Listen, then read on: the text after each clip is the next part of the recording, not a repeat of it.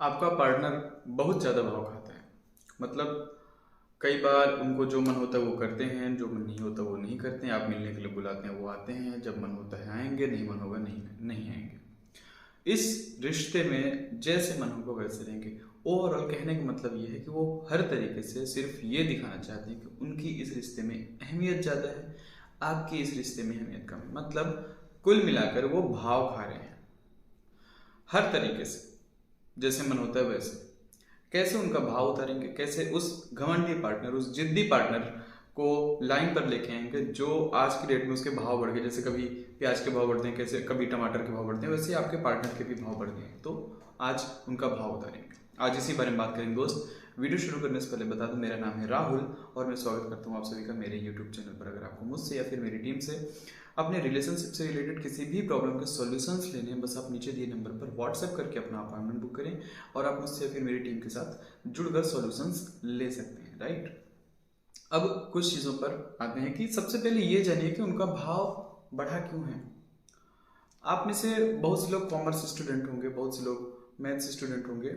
Demand and supply का नाम तो इवन बहुत से लोगों ने सुना होगा। जिस भी चीज़ की डिमांड ज़्यादा होती है लेकिन वो चीज़ अवेलेबल नहीं होती तो उसका वैल्यू बढ़ जाता है यहाँ पर।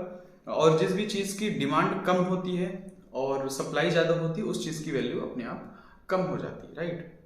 मतलब कहने का ये है कि अगर आपके पार्टनर आपको एक बार मिलने के लिए बुला रहे हैं, आप एक बार में चले जाते हैं, 2 बार मिलने के लिए बुला रहे हैं, 2 बार में चले जाते हैं, 10 बार बुला रहे हैं, आप 10 बार मिलने के लिए चले जाते हैं, वहाँ पर आपकी वैल्यू कम हो जाएगी। वहाँ पर आपके पार्टनर अपने आप भाव खाने लगेंगे, क्योंकि उनको ये लगने लगेगा कि मैं जितनी बार बुलाता हूँ वो उतनी बार मिलने चली आती है, ठीक है। इससे आपकी वैल्यू अपने आप कम हो जाएगी। आपके रिश्ते में आपके पार्टनर का भाव धीरे धीरे करके, जैसे शेयर मार्केट का भाव चढ़ता है और उतरता है, वैसे ही उनका भाव भी चढ़ने लगेगा। लेकिन अगर आप अपने रिश्ते में वो 10 बार बुला रहे हैं, आप 2 बार मिलने जा रहे हैं, 3 बार मिलने जा रहे हैं, वो आपको बार बार लगातार बुलाते रहेंगे, क्योंकि आपने उन्हें पूरे तरीके से सेटिस्फाई नहीं किया है।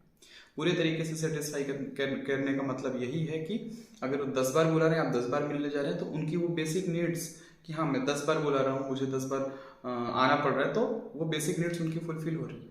दूसरे एग्जाम्पल से अगर मैं आपको समझाने की कोशिश करूँ, मान लीजिए कि आप 5 रोटी खाते हैं, 5 रोटी में से आपको 2 ही रोटी खाने के लिए दी जाए, 3 रोटी की जगह आपके पेट में भी खाली। अगली बार जब आप खाना खाएंगे तो एक नए तरीके से खाएंगे, नए चाव के साथ खाएंगे कि मेरा पेट अभी खाली है, पहले उसको भी फुलफिल करना है। तो उन चीज़ों को आपको ध्यान में रखना पड़ेगा।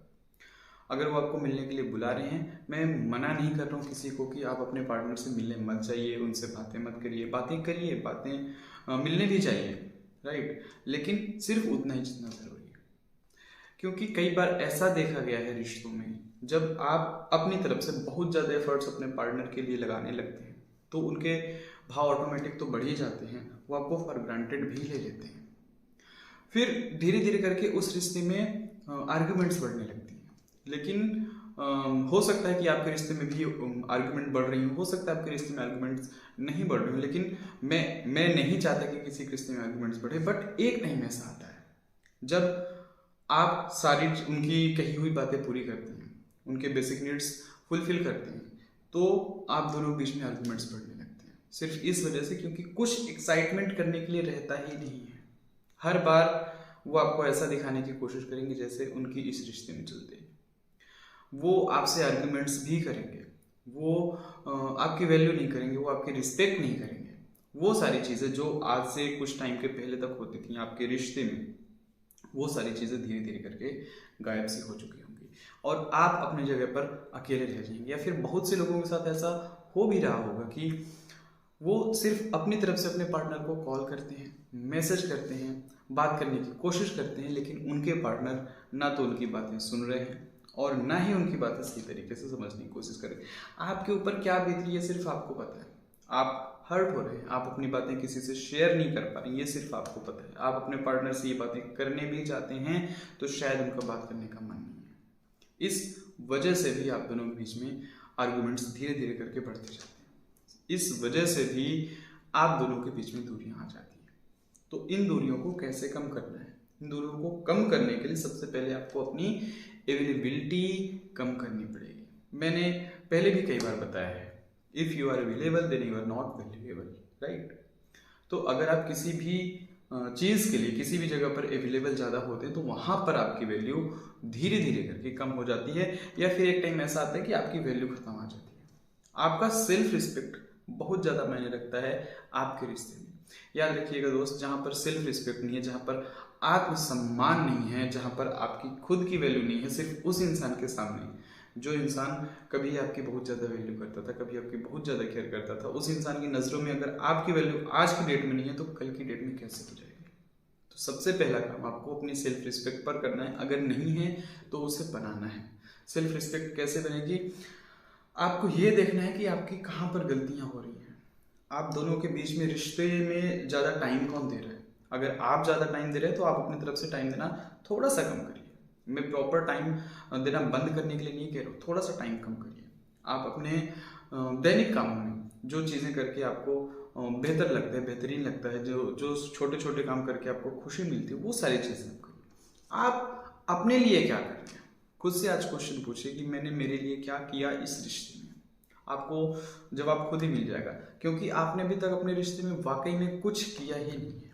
आपने जो कुछ भी किया है इस रिश्ते में सिर्फ अपने पार्टनर के लिए किया है, और वही पार्टनर आज आपके सामने भाव खा रहा है, क्योंकि उनको पता है कि आप उनको छोड़ के कहीं जाने वाले तो है नहीं। कभी कभी देखिए, रिश्ते में जेलस फील करवाना भी ज़रूरी है।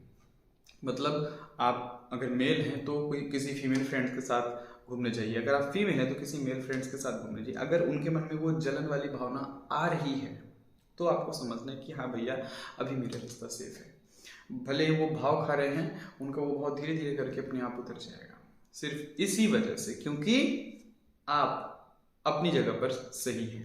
आपको सारे तरीके मालूम, आपको ये समझ आ जाता है कि किस चीज़ से उनको दिक्कत हो रही है। अगर आप 10 दिन 20 दिन में एक बार दो बार करते रहते तो चलेगा, ठीक है।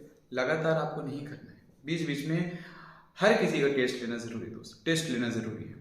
ये पता भी तो चलना चाहिए कि हमारे पार्टनर हमारे लिए कल की डेट में क्या कर सकते हैं। पहले तो वो चांद तारे तोड़ कर लाने की बातें करते थे, अब ना तो चांद तारे तोड़ कर लाने की बातें करते हैं और ना ही सही तरीके से बातें करते हैं। तो चीज़ों को आपको अपने कंट्रोल पर लाना है, चीज़ों को आपको अपने हिसाब से चलाना है। आप किसी के रिमोट कंट्रोल तो है नहीं कि जैसा वो बोलेंगे आप वैसे ही चलेंगे। अगर वैसे ही करते रहते हैं तो आगे आने वाले टाइम में आपको दिक्कत होगी, क्योंकि आपकी रिस्पेक्ट, आपकी सेल्फ रिस्पेक्ट दोनों ही चीज़ें नहीं है, उस पर आपको सबसे पहले सबसे ज़्यादा फोकस ज़रूर करना पड़ेगा दोस्त, जिसके बाद ही उनके भाव धीरे धीरे करके अपने आप उतर जाएंगे। बस आप आज ही डिसीजन लीजिए, राइट।